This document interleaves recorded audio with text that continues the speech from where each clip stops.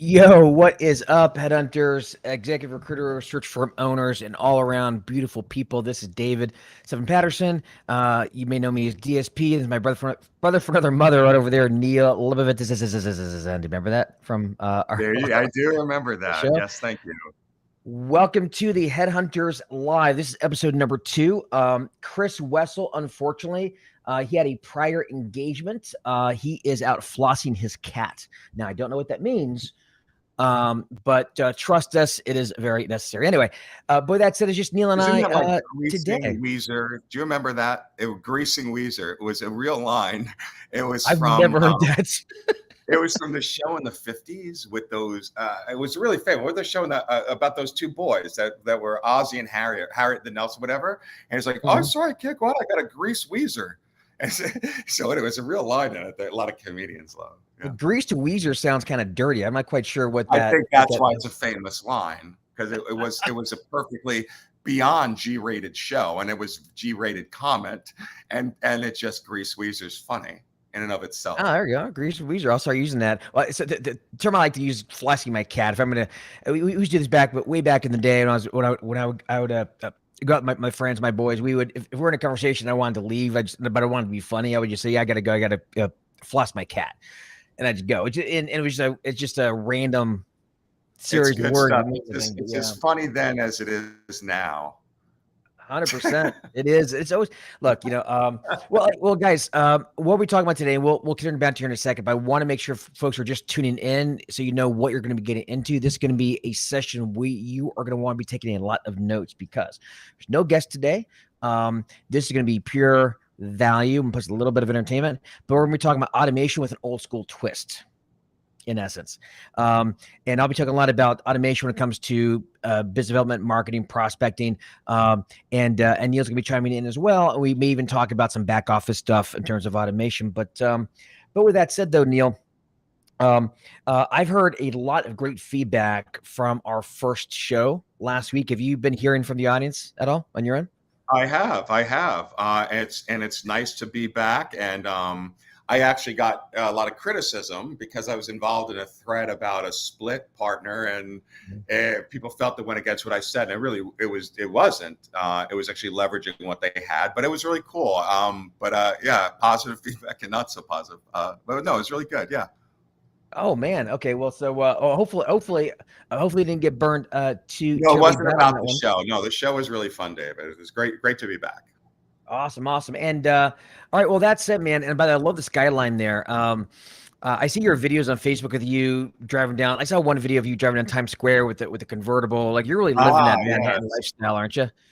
I'm enjoying it. It's yes, it is. It's not a Zoom background. It is real.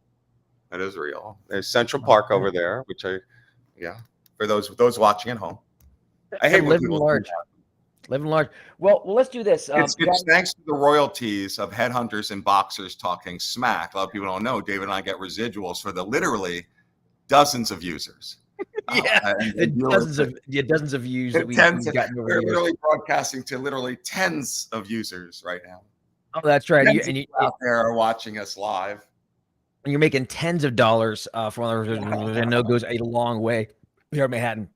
But well, that said, we're going to get into the subject matter here in just a moment. But if you guys can do me a favor, if you can hear us, comment in the chat. Now we're broadcasting on YouTube, we're on LinkedIn, we're on 2 different Facebook groups, my own personal Facebook page and my business Facebook page. So we are all over the place. So wherever you're at, comment that you can hear us. So comment live. If you're watching the replay, comment replay, because we really want to know who's actually watching this stuff. And I've even thought, nothing official, but I've even had a thought of going back over and looking at some of our past shows and seeing who the most engaged people are, and maybe offering some sort of prize or just something to you guys who are engaging. Also, well, since we're talking about a really cool subject that I'm sure many of you folks are interested in, if any of you have any questions, pop them down below and we'll answer any of them that we can. And then lastly, if you like us, if you love us, if you want more of us, or if you hate us, whatever it is, show us some emotion, hit the like button, love button, angry button, whatever it is. We just want your emotion because we're emotionally starved. And David, it's only audio in your group. It did not broadcast to Ursa. Not okay. Yeah. So we're still having technical issues. I actually broadcast live in the Ursa earlier this morning as a test, and it worked. So if it's not working, Neil, while I'm talking, is going to drop the. I already posted a YouTube link to the main YouTube channel, David. It's just to your main channel, and they could find it right there. Yeah. Excellent. Perfect. All right. So we are good to go. There's plenty of places to find it. You also go on LinkedIn. It's on my personal page. You can go to the Herc. You can go to, anyway. So anyway, with all that being said, in fact, actually, I'm thinking about adding Twitter as well one of these days to live. They have more and more people live streaming there, and I think that'll be kind of cool.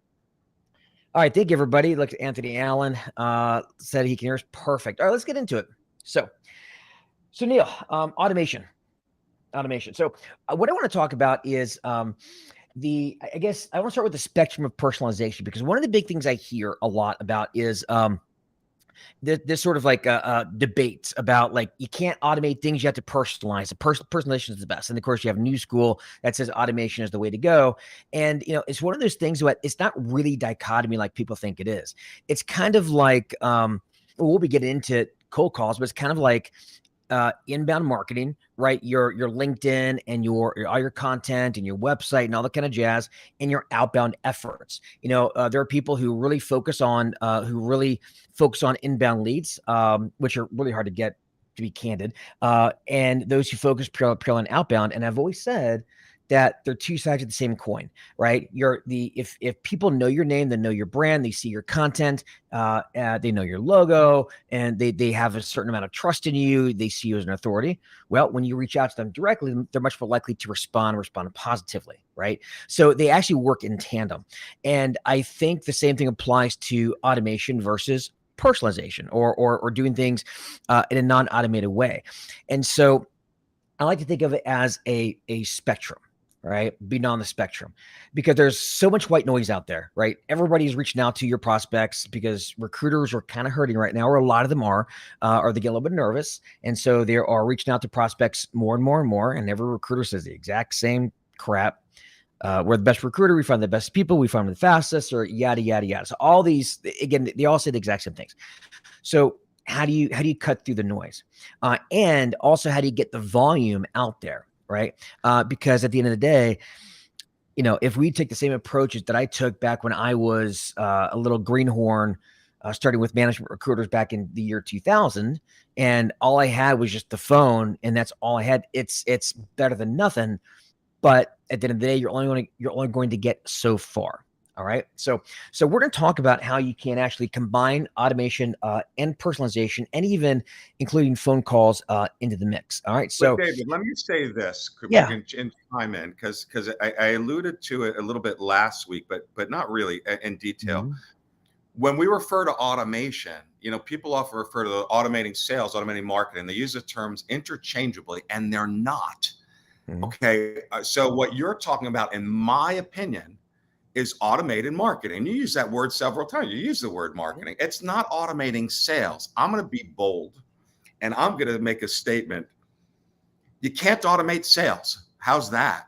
So when we talk about old school and new school, all this stuff that everyone's doing, if you're still doing the same thing that you were doing a year ago, 2 years ago, 3 years ago, you think you're automated. You're automating marketing, sales, and let's get into that. So I think when we talk about old school and new, and you talk about personalization, are we talking about personalizing marketing? Sales is still sales. It's influencing people. It's learning hot buttons. It's doing all those things, David, that you talk about.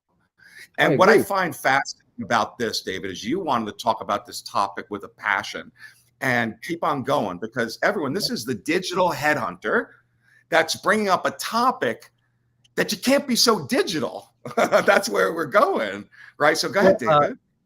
Speaking of digital, my father, dads always tell the same joke over and over and over again. My father, whenever I talk to him, he always says this. He says, "David, I'm an analog player in a digital world."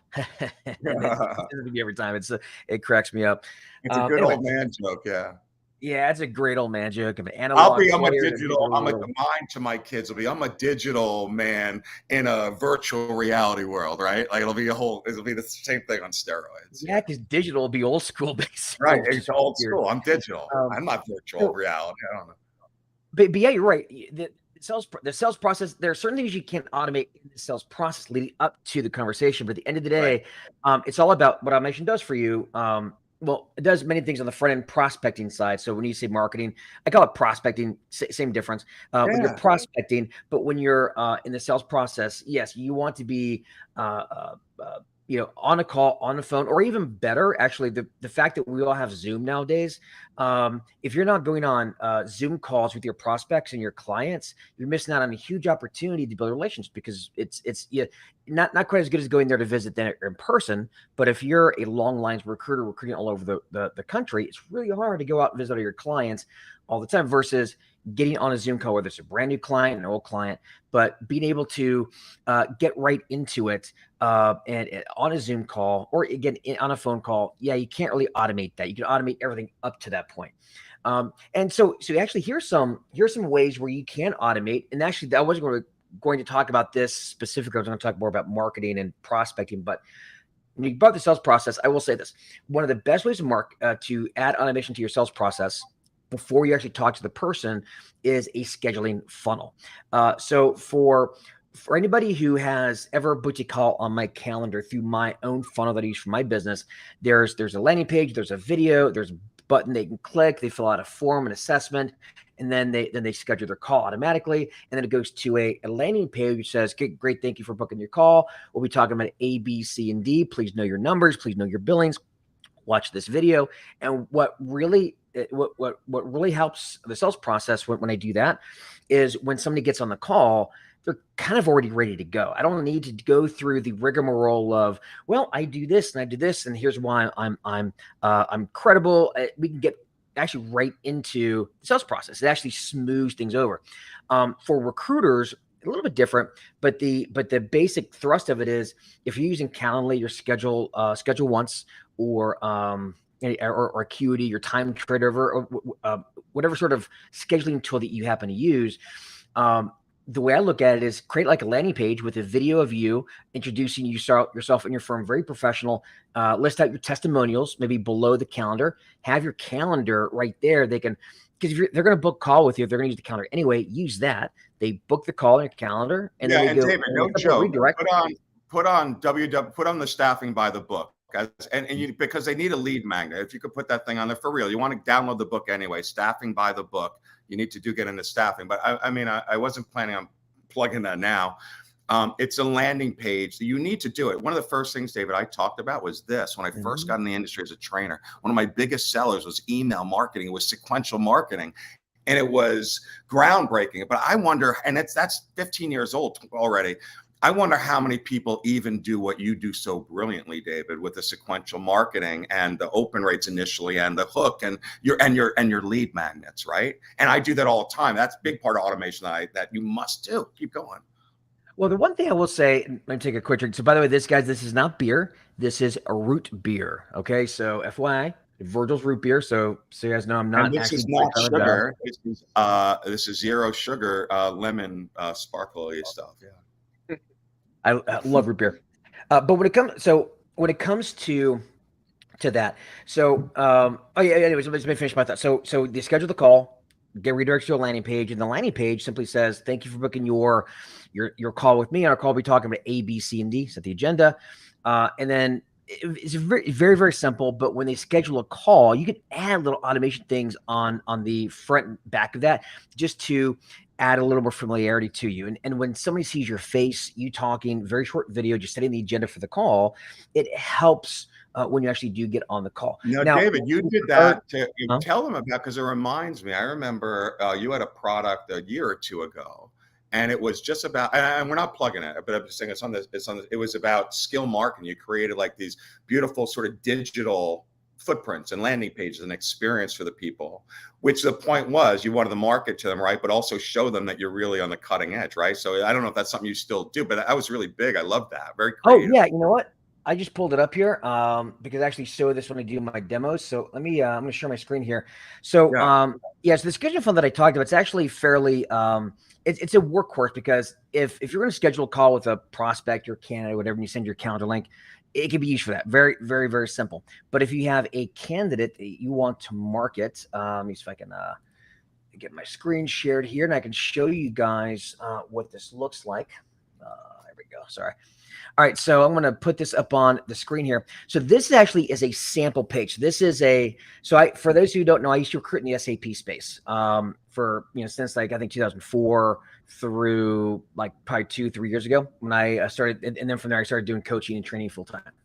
So this was, so when I say SAP business leader, this actually was an SAP director that I worked with like about maybe 5-6 years ago. And so I took his information, obviously everything's redacted, but I used this as an example to show our potential clients like what we can build for them. And so I'll walk you through it. It's really simple. You got the title here, a little bit of a sub headline. It's a confidential dossier. You got the intro. There's a little video of me talking about why this candidate is such a great candidate. A testimonial from his boss. Obviously, names are redacted. Achievements, impact. Again, this is just a sample, so this is why there's not a calendar here. But you would have a calendar right here, and then from there have your testimonials. Now, because I'm a big Seinfeld fan and I use this as an example, I've got all my Seinfeld testimonials right here. But this is a really great way to Art Vandelay. Vandelay Industries, Vandelay Industries, answer. It's Vandelay Industries. Dude, this is it's classic stuff, man. But here's how you would use it. So let's say you have run an NPC campaign, or for those who don't know NPC, skill marketing. It's basically taking a candidate, polishing them up and sending it. And one of the great things about that is, everybody says they find the best people. How do you differentiate that? Everybody says the same shit all the time versus you can actually demonstrate it by sending in a high level rock star leader. Because oftentimes they may not have a need for this person, but they say, well, we don't need this, but we do need a solution architect. Can you find me that?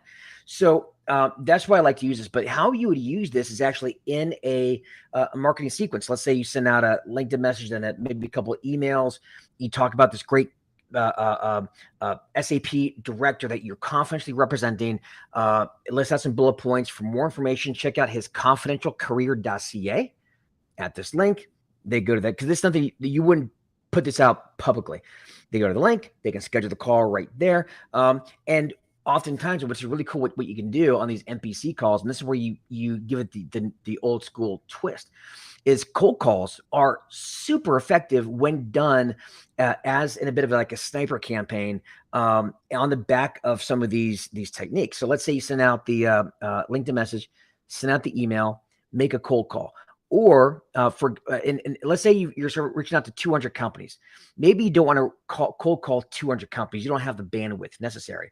Well, if you use a CRM that tracks opens and link clicks, a really great tactic that a lot of my clients use that's really effective is have it track link clicks, and anybody that opens the link at least once gets put on a call list. So now you're only calling the people that have opened the link. Right. And so now you're being hyper effective. You're calling people that have opened the link. Now, is it better to call everybody? Sure. But if your time is very constrained, well, but you still want to add that old school flavor to your marketing. Just simply call the people that actually opened the link, because they've interacted with it somehow, just haven't responded. Right. So that's a great way to use a landing page like this. And you can use this for jobs as well. If you're recruiting for a position, that's like say a retaining client. Same thing, have the same sort of layout there. So these sort of techniques are great for the sales process. But at the end of the day, let's say this person that I reach out to, who sees this, they're interested in talking about this candidate, or maybe they have another position they want me to recruit. And at the end of the day, I'm still going to get them on the phone or on a Zoom call, and I'm going to walk them through the sales process live and build a relationship. And so it's all about smooth or greasing the slide until you're actually on the sales call itself. Now, let's add on to this, David, your brilliance and what we do also at Boss and what people out there need to do. And it's the other side of it. So on automation, people often talk about outbound automation. That's what they're referring to. But there's the flip side of that Google it, it's called inbound automation. What's inbound automation? David's amazing at it. What inbound automation is saying, okay, people are constantly getting inundated with stuff. What you want to do is use technology, find out who these people are, have them think they're coming to you by taking your advertising dollars and only advertising to the people that have already had a cookie created in your system, or as David will explain, a pixel on Facebook. So David will drive people on these things into a Facebook, you name it. He'll get pixels from them. David explain it because the whole inbound side is amazing. Because if you want to start using the tools of automation for advertising, Facebook advertising, LinkedIn has their version, but look at Facebook advertising. You can literally, once you have an email campaign, and I use HubSpot, and that actually directly links to Facebook, so I can use any email campaign. But again, you could just go to HubSpot, get the pixel, and then I can just spend $2,000 on ads, and those same people are going to see my video, my app, whatever it is. They're going to get an ad on Google. They'll get something on LinkedIn. And they're going to think, my God, Boss is huge. I must be spending $1 million in average. I see you everywhere. You see me everywhere. The other people don't. David's amazing at it. Right? Yeah. So yeah, actually, I've got something I can show you on that one as well. Man, you keep teeing me up there, Neil. Well, you know what I'm saying, but that's just you. My counter thing is like that's what we're talking about. We're talking about outbound marketing. We're talking about automation, and it's just you need to look into it. Google it. David has great stuff on it, but again, just do it. Do it. It's been there for years. David, you were talking about pixels when it first came out, like 5 years ago. Oh yeah. In fact, one of the reasons how I got so big so quickly in terms of the training space is I use Facebook advertising and Facebook and Google and LinkedIn. But here's the way you want to think about it though, because the way, okay, let me back up a little bit. Let's talk about prospecting because actually this ties right in. So remember I said earlier before I said you have outbound, you have inbound, and they're not, they're technically really two sides of the same coin. They're not that you want to do both because you know, they say it takes, I don't know, 8 to 10 or 12 touches to get in front of a prospect or whatever the number is. I don't know. Everybody has different numbers, but we just know it takes a lot of touches. So that touch might be. Don't mean unopened spam email or an email don't read. It might be. It doesn't. That means the automation touch. Anyway, keep going, bro. Well, touch might be the email one day, the LinkedIn message, then a voicemail message here, and they see an ad over here and a piece of content over here, and they go to your website over here, and they send their email over here, then a voicemail over here. Realize there's outbound and inbound components to it. And a lot of the bigger firms know this. The big firms, the Korn Ferries and the Robert Halfs and the K Forces of the world, who spend millions and millions and millions to high-level marketing consultants who know this game inside and out.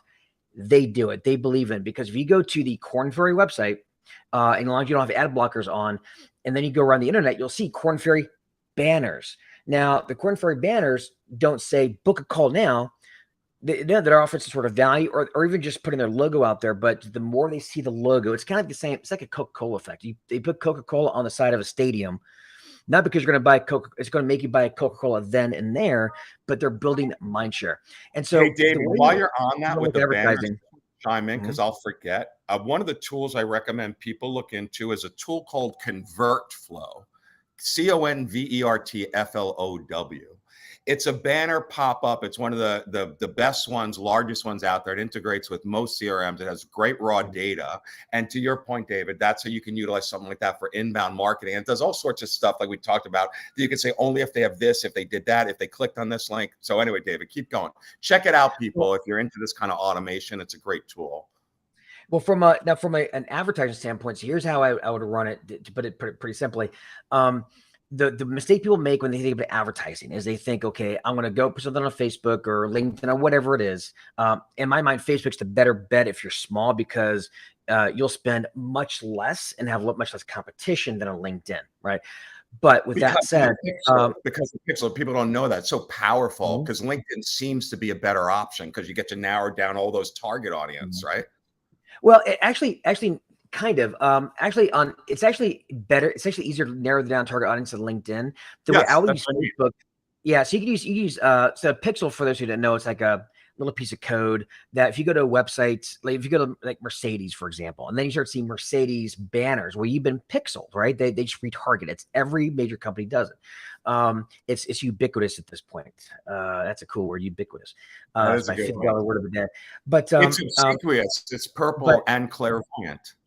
But the way to look at it is when the mistake people make when it comes to advertising, regardless of what advertising, regardless of what social media platform you're on, the problem arises when a recruiter tries to make an ad where it's like, click here to book your talent call now or whatever. They try to get somebody to book call off the ad.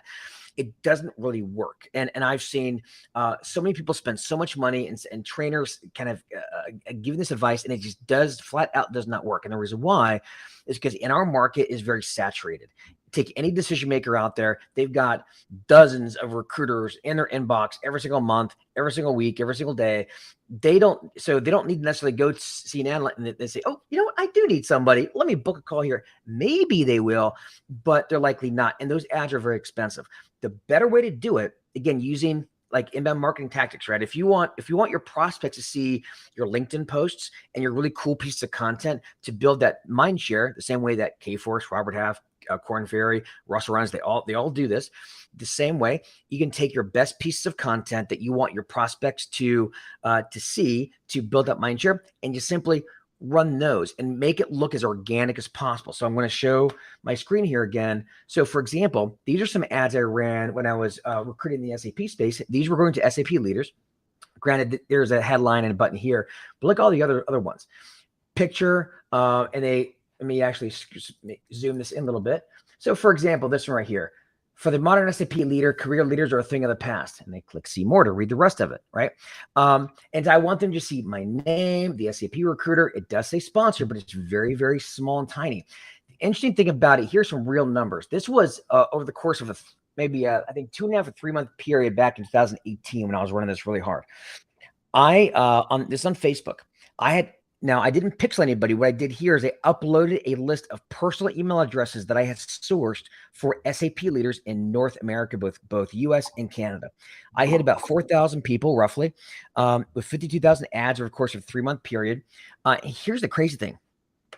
22% engagement rate or unique CTR. Basically, when they say click on see more or they like it or whatever, right? Normal ads that have a headline and a button, they get a 1 to 2% engagement rate because people never engage. That's amazing. That's amazing. Yeah, that's 22% click see more to read the rest of it, right? And just in that 2 or 3 month time period, my presence in the market catapulted way further than all the marketing and cold calls I did for years prior to this. And this is a part of automation. Now, and you know what, David, when you said 22%, you know what I thought you were going to mention, because what you just alluded to is called Facebook audiences. And what David did was he took the list. It goes up. What Facebook does is it looks at the email addresses and names. It takes some algorithm besides that, who they're connected to, by name, and it comes up with a match. It doesn't tell you who they are. They advertise to the audience. And then you could say, hey, based on that, I want you to find a similar audience on your algorithm based upon, groups, things in common, who Anthony and Zale, go with. And that's how that all works. And you got to tap into that, right? 100%. And the thing is, we're not, and when people think, I don't want to reach out to my decision makers, my prospects on Facebook, you're not. Use LinkedIn for that. But your average director, VP, they're on Facebook because Facebook is where the old people are at nowadays. Let's be real. The on the TikTokies and the Facebogram or the gram, right? Or the gram or whatever. They're they're OnlyFans. I'm just kidding, not OnlyFans, but they're on the gram. But anyway, but they're there, and your average VP is on there, not publicly stating he's a VP of XYZ, but he's just on there. He sees ads from Mercedes, Titleist, the golf balls, BMW, Nike, things that appeal to that demographic. And if you could be in there as well on the newsfeed, it's a great way just to get that. And guess what these people do for you when you advertise on there? They give you nice options where you can do reach, you can do click, right? And when you do clicks, your people on the inbound ads that you're targeting, your very specific targets or your audience are all inbound, right? You don't even have to pay for a lot of times they see your name. If it's a video, they're going to constantly see that thing scrolling. If they don't click on it, you're not getting charged. So you do get a lot of charge on it, but it's really so targeted and it creates such brand recognition that that's what I want you. I hope you'll be with all that today. Well, Zale here actually has a question. How do you see this or how do you see more efficient Facebook over LI? So this Facebook over LinkedIn, what's more efficient? So I can tell you from a cost perspective. Let me take this off here. So okay, looks like there's two different ways I can answer this. So it's easier on LinkedIn, right? Because on LinkedIn, you can use the LinkedIn native targeting features, right? Because LinkedIn is basically a sea of basically resumes. So you can use their LinkedIn, their native targeting feature, super easy. That's right. Facebook, you can't really do that. The best way to do it is either retargeting people who've been to your website. But if you want to get broad coverage, you have to source ideally the personal email addresses for all your decision makers and upload the list. So it's a little bit harder on the front end. However, from a cost perspective, here's where it flips, because it depends on the market, it depends on your niche. All niches are a little bit different, but on average, the LinkedIn will be 5 to 8 times the cost for the same audience and the same number of impressions on Facebook, because LinkedIn is very expensive, it's very competitive, and when people are competing for that space, that drives the price up. And so it's a lot harder on the front end on Facebook, right? But you can make that happen. But on LinkedIn, it's easier on the front end, but it's also much more expensive. So if you're on a budget, let me give you an example, David, right? So in our example, like LinkedIn, as David said, right, the native built in, this position, this title, whatever, done. Facebook, as an example, once I find someone, I find they use one of Boss's competitors. We put them in our CRM, we tag them as a competitor. We're able to have Facebook read all of our competitors that we tagged as competitors, or you can upload them manually, right? And Facebook will take that and it will figure out how to find them and target them. It's going to say, here they are. I'm going to run an ad to them. How else can you target? You can't target a specific person on LinkedIn, right? So that's a live, colorful example. Oh, it is. And there's lots of ways to do this, but I think when you look at it as a brand building exercise, it works really well. Especially if, just imagine this. Imagine if you're running a prospecting campaign, and we should get into the prospecting piece here soon. But if you're in a prospecting campaign and you maybe run ads for a few weeks to those 1,000 prospects, and you see that they're seeing that content repeatedly, they're reading, they're engaging with it, and then you reach out to them, maybe email, LinkedIn, phone calls, whatever, and you reach out and 5 other recruiters reach out, all saying simultaneously, so it's a half dozen of you. Who are they more likely to respond to? The person that they know, the person that they're familiar with, right? Not all the time, but you're trying to stack as many chips in your favor, or stack the odds in your favor. And this is just one of many. And it's subconscious as well. That's the thing. That you just become someone they view as a thought leader, as an expert. They see your name. You must be good. It's all of it. David, there's a question on there if you want to put on there from Shanti. And it's, you got it. Actually, by the way, Trix is my executive assistant. She's in the green room. I think she's doing the comments. So thank you, Trix, for putting that up. Is business premium subscription in LinkedIn better than Recruiter Lite for headhunting? Obviously, Recruiter Lite, because it's built for recruiters. Although personally, I prefer Sales Navigator. It's more bang for the buck, in my opinion. Too. But Recruiter Lite, at the end of the day, you want some sort of premium package. The Recruiter Lite Sales Navigator, just like a regular premium account, probably not going to get you to where you want to be. But I think LinkedIn Recruiter is worth it for the price of admission, for the "Are you open to looking for a job or not" button. That alone, I've seen people make a gazillion pay for it over and over. But that's the reason for that if you use it. Oh, 100%. Let's talk about prospecting, because I wanted to make sure we get into that, because I mentioned in my kind of the lead up to the show, we talk a lot about you're welcome, Zale, about the Zale, just for those listening, Zale just mentioned. Is it Zale or is it Ziel, like Superman's dad? Wasn't that Kyle or something like that? Kalal, something like that. I think it was with a K, I believe. Kalal, maybe, or something like that. I don't know. Whatever. Something like that. But so there's this but prospect. Let's talk about prospecting. So on the prospecting side, because when people think automation, they think prospecting, the email automation. Everybody's doing that nowadays. It's when I started doing email automation, I used to use Woodpecker, which is like basically sends out one email, then a second a few days later, then a third a few days later. And back then, no one was doing that. And that was like a big kind of revelation. Well, not everybody's doing it. All right. Then you look at LinkedIn. With the LinkedIn automation, I started using Duck Soup, and then I turned to these more cloud-based tools like Expandy, which is a great tool. I use it, but now everybody's automating that, and so it's kind of like that Red Queen effect, right? Where and they use this in terms of evolution, where let's say a virus, say I develop an immunity, or humans develop an immunity or to a virus, the virus that mutates.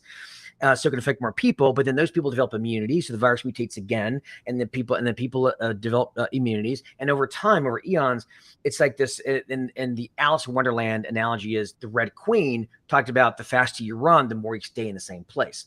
So Red Queen, in terms of evolution, is that same sort of concept. Everybody just has to evolve just to compete at the same plane level. Well, when it comes to automation, it's much the same way, right? If you use Woodpecker or any other email sequencing tool, 5-6 years ago, you were way ahead of the crowd. Now everybody's doing it. So how can you then differentiate? And this is where I talk a lot about spectrum of personalization, which is how can you personalize your campaigns, because everybody's probably running automated campaigns at this point. Everybody knows about email automations, etc. So how do you personalize it? So here's a few ways you can do that. First off, think about the numbers, the volume, right? Remember what I said about those MPC or skill marketing campaigns. If you're sending out that candidate.ca to 200 prospects, you may not have the ability to call all 200 if you've got a really busy desk, but you want to make sure you're putting that effort in there. So have your CRM track whoever opens the link, put them on a call list, and then start power dialing, right? And start calling those folks, because those are higher value calls because they've interacted with the email somehow. That's one way you could add personalization to automation. If you look at on a broader spectrum, let's say over the course of a month, you are reaching out to 1,000 prospects with your automations. And this is, which is a pretty good round numbers, 50 a day. But you can't make all those cold calls because, again, you have a very busy desk and you've got to recruit and everything else. So maybe take your most high value prospects, maybe 200, call those your tier ones, and you're making cold calls on those. So maybe you send a LinkedIn message, then an email message, and then immediately after that email, you make the call. Granted, they're not going to pick up live most of the time, but your voicemail is quite literally going to be, "Hey, Bob, David here. Sorry I missed you. I just sent you an email." And then go into the pitch, right? You go into what you're calling about. By the way, on a little side note, if you're making cold calls on the back of an email campaign or a LinkedIn campaign, the best voicemail you can ever leave. And I will die on this hill. So fight me if you don't agree with it. But instead of saying, "Hi, Bob," this message is for Bob Jenkins. This is David Patterson with the Kinetic Group, and I'm calling because, and then what's going to happen? They're going to delete it because no one likes a sales call, as opposed to, "Hey, Bob, David here. Sorry I missed you. Look, don't worry about calling me back. I just sent you an email," and then go into your thing. It's a pattern interrupt. You want them to listen to the voicemail. And if you say, no last names, no companies, "Hey, Bob, David here. Sorry I missed but you." it's so key. I delete every sales call. Everyone out there does. Everyone does. Remember that. They delete yours if you don't do something different. They do. I do. Well, for example, if you get a voicemail and it's, say my name is Bob, I say, "Hey, Neil, sorry I missed you. This is Bob. Don't worry about calling me back, but I just sent you an email." You're probably going to listen to, because you're thinking like, "Do I know Bob? I think I know Bob. Is this the Bob I know?" You're building curiosity, and just to get them to listen to it, and then do your pitch. And then simply at the end, just simply say, "If this resonates with you, I just sent you an email about an hour ago. Reply back to that. Let's set up a call. Or if you do want to call me back at, whatever your number is." So you're still leaving the same callback voicemail, but you're doing it in a way where you're referencing the email you just sent, and you're ensuring that they're much more likely to listen to the voicemail versus a standard like voicemail that you leave. And I will die on that hill because the results you get from that voicemail are tremendous. But anyway, so that's one example of that spectrum personalization, taking 200 people out of that 1,000, making cold calls with those, and then on the others, leaving that automated. Maybe that list of 200 could be people who are actively hiring. So they're hotter leads than those who are not, right? So it's not all one or the other. There's a lot of ways to add personalization in. Here's another way to go old school. Let's say you're doing that tiered approach. You got 1,000 prospects, and you're sending that, and then you're emailing everybody. 200 of those, you're making cold calls because you want to add a little more personalization. And let's say there's 10 or 15 or 20 that are really high value. Well, go and mail them something, mail them a postcard, mail them a book, mail them a little knickknack, put something in the mail, FedEx them something, right? Hey Bob, David here. Sorry I missed you, but you should be getting a FedEx package today from David Batterson. Everybody, nobody does that anymore. Everybody opens up a UPS or a FedEx. Everybody will open up your marketing letter. Everybody will open up that letter. Exactly. Especially if it's lumpy mail. If you send out like a book, here's a great way to do it. If you're reaching out to a C-suite executive or high level, they have a gatekeeper.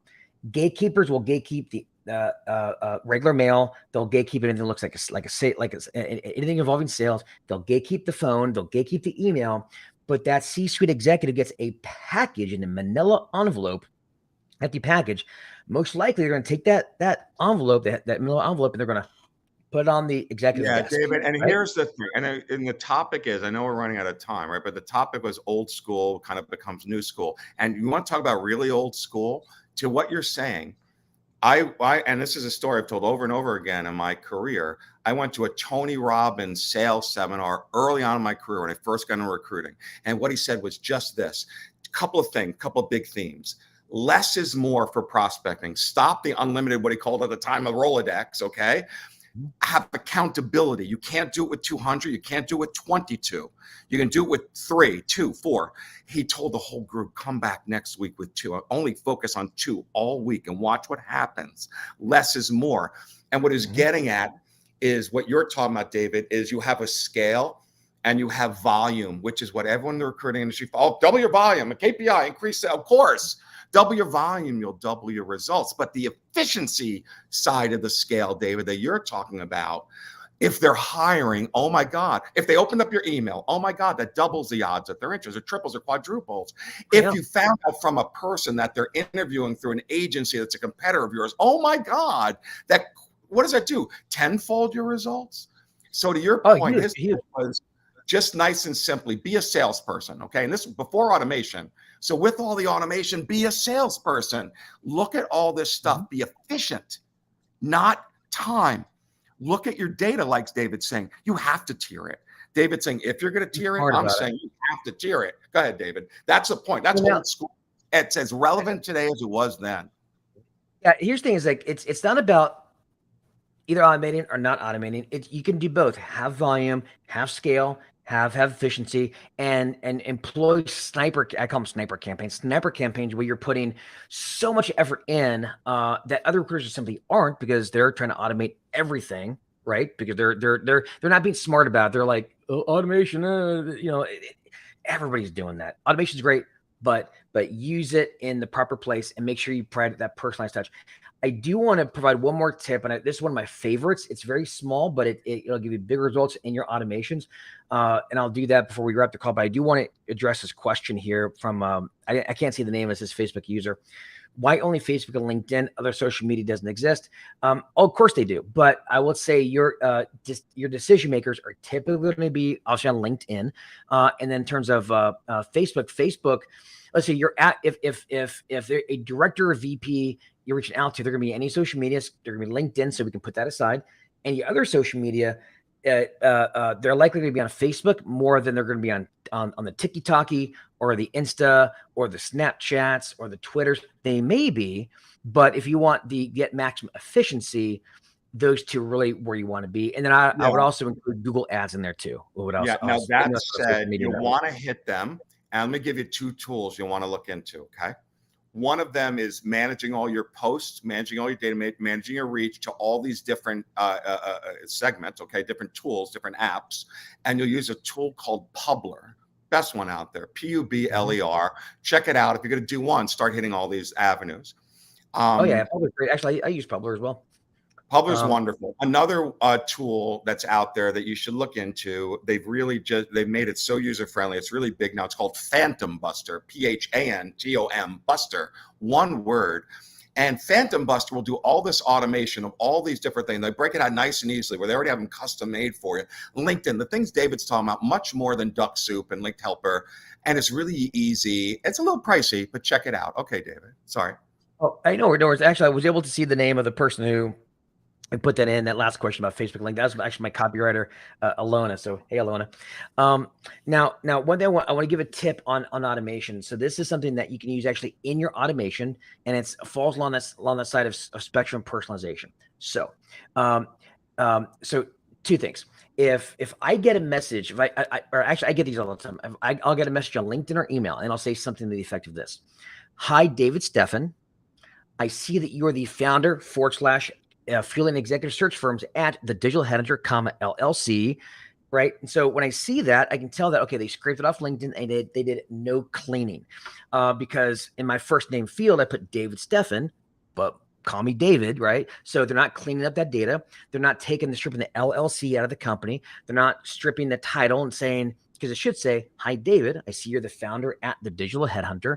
Not the best opening line in the world, but it's miles better than, "Hi, David Steffen. I see you're the founder / executive, filling executive search firms at the Digital Hunter, LLC," because no one talks like that. So it immediately tells me that you automated me, and I don't like it. Give me the illusion. Now, if you want to take the illusion a step further, and I got this technique from somebody who did it to me. So where you take that, so in automation, you have "Hi, first name," or maybe "Hi, Dave, week, first name," if you want to get a little more fancy.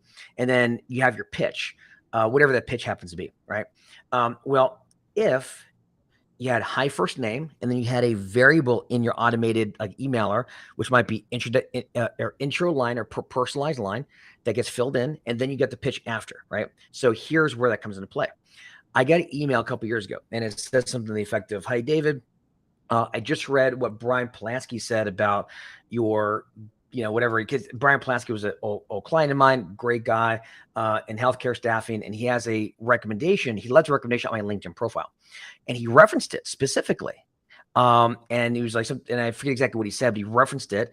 And it got me to open it, because what happens in the email preview, you see, it's not the subject line, it's a first line preview that you see. I saw what Brian Polanski said about your ... I know Brian Polanski. Yeah, I'm going to open that thing. I didn't even look at the subject line, and I read it, and we didn't do business with them, but that's okay. Not everybody is a great lead, but I did respond, right? And so imagine if you did the same thing. If you reached out to 10 prospects and you simply go to their LinkedIn, look at the recommendations, find it, okay, Bob Jones left a recommendation for whatever. Hi, and they say, "Hi, Derek. I saw what Bob Jones wrote about your ability to lead international implementation teams," or what do they happen to say in the recommendation? And they simply say, "Great to see you in a leader. Kudos." You just give them a little compliment, just a little compliment, right? And then after that, you have your automated pitch. You'll get a much higher open rate, and you get a much higher reply rate. And at the end of the day, even if they reply back with no needs, that's cool, because at least they reply to you. They reply to you once, they're more likely to reply to you again in the future when they do have a need. So a little tip there, and how you would do this is you create, you got your first name field, your last name field, your company field, and you upload that into your system. Just create a custom field called intro line, and have your intro line written into your Excel spreadsheet. So just go in and write intro line for this column, or this row, another one for this row, another one for this row, make sure everything looks okay, and then upload that, and then boom, automate away. Or you hire an assistant. You can hire an assistant to do that for you, and they can usually do about 50 a day, right? So look, at the end of the day, there's ways to personalize the automation. Lots of different ways to do it, right? And hopefully, and I have a lot more other techniques. There's a lot I didn't even get a chance to get into today. Hopefully, it gives you guys some good ideas. Now, Neil, anything you want to add to that before we start wrapping things up? Yeah, I mean, so we really only talked about marketing automation.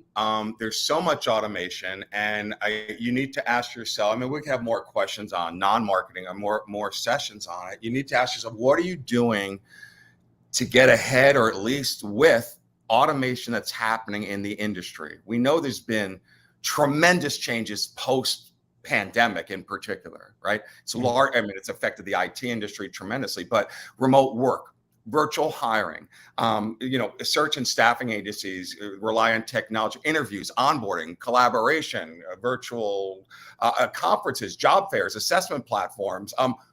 What are you doing to facilitate this? What's your role in this change in the whole world?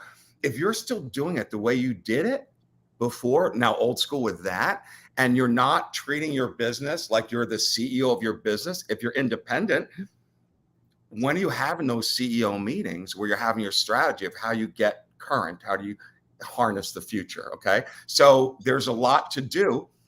Your recruiters, if you're not ahead of technology and you're and all you're doing is automating stuff without the sales element, you're gonna be left behind because your clients are automating. Okay. 100%. And again, it's not a this or that or one or the other. It's a yin yang, right? You do both. They both complement each other.